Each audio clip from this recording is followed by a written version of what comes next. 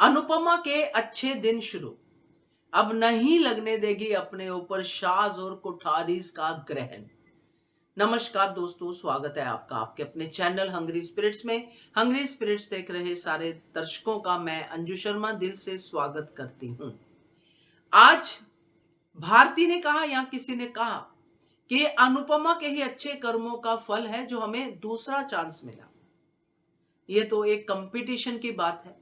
हम दर्शकों से पूछें तो ये वाकई अनुपमा के अच्छे दिन हैं, अच्छे कर्म हैं जो ये अच्छे दिन लेके आए हैं। ये अच्छे दिन कैसे हैं? सिर्फ ये कंपटीशन जीतने की बात कर रही हूं मैं? नहीं, ये अच्छे दिन बोलने की बात मैं किसी और वजह से भी कर रही हूं, जिसका खुलासा इसी वीडियो में हम करेंगे। चलिए शुरू करते हैं। पहले वही निवेदन, जिन्होंने अभी तक चैनल को सब्सक्राइब नहीं किया है कर लीजिए। साथ में दोस्तों बेल आइकन दबाइएगा ताकि आपको हमारे वीडियोस के नोटिफिकेशन मिलते रहे। अनुपमा बीच में खड़ी है। एक तरफ चौल की सारी औरतें कह रही हैं अनुपमा हमारे साथ रहेगी, एक तरफ ये अपना गुरुजी कह रहे हैं पंडित मनोहर जी कि अनुपमा बेटी मेरे साथ रहेगी। जब मैं ये मंजर देखती हूं तो मैं फ्लैशबैक में जाती हूं जब अनुपमा के पास कोई घर नहीं था, जिनके तलवे चाटे, जिनकी सेवा की, जिनके लिए जान लगा दी, अपना करियर कपाड़ियास के लिए, छोटी के लिए दांव पे लगा दिया, सब कुछ कर दिया। अनुपमा का उस समय कोई घर नहीं था। ना अनुपमा शास के पास जा सकती थी, ना ही कोई उसको पुकारने वाला था। ना अनुपमा कपाड़िया हाउस जा सकती थी, वहां पे भी कोई पुकारने वाला नहीं था। कोई उसके पीछे नहीं आया, ना शाज में ना कपाड़ियास में। अनुपमा अकेली थी वहां पे, उसका कोई नहीं था, अपना कोई परिवार नहीं था। और अनुपमा फिर चली गई साइलेंट जोन में। आज इतना शोर और प्यार का शोर, ये है अनुपमा के अच्छे कर्म और अच्छे दिन कि आज अनुपमा के पास दो घर है। दोनों अनुपमा को अपने साथ रखना चाहते हैं।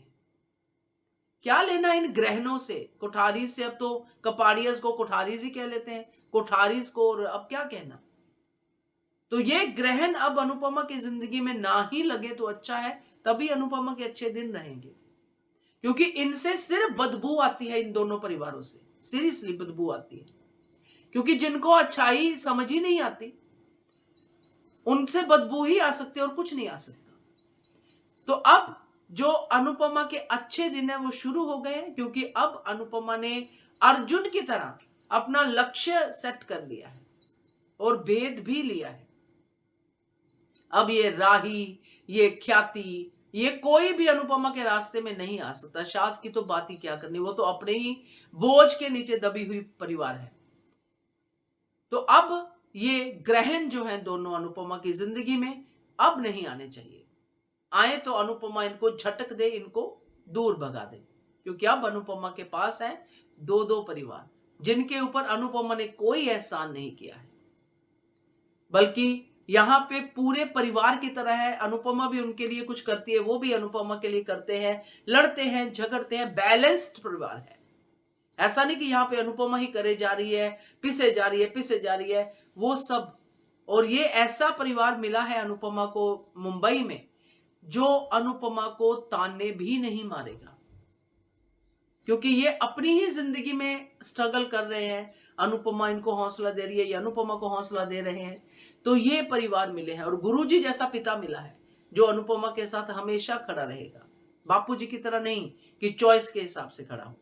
तो ये अब दोस्तों बहुत ही मजेदार से दिन अनुपमा के देखने को मिलेंगे। और बड़ी देर बाद अनुपमा के स्माइलिंग फेस पे एपिसोड फ्रीज हुई है। ये एक पॉजिटिव साइन है आगे के लिए। अब नो रोना धोना, ओनली विक्ट्रीज। क्या कहते हो आप? कमेंट कीजिएगा। देखते रहिए channel hungry spirits. Thank you so much.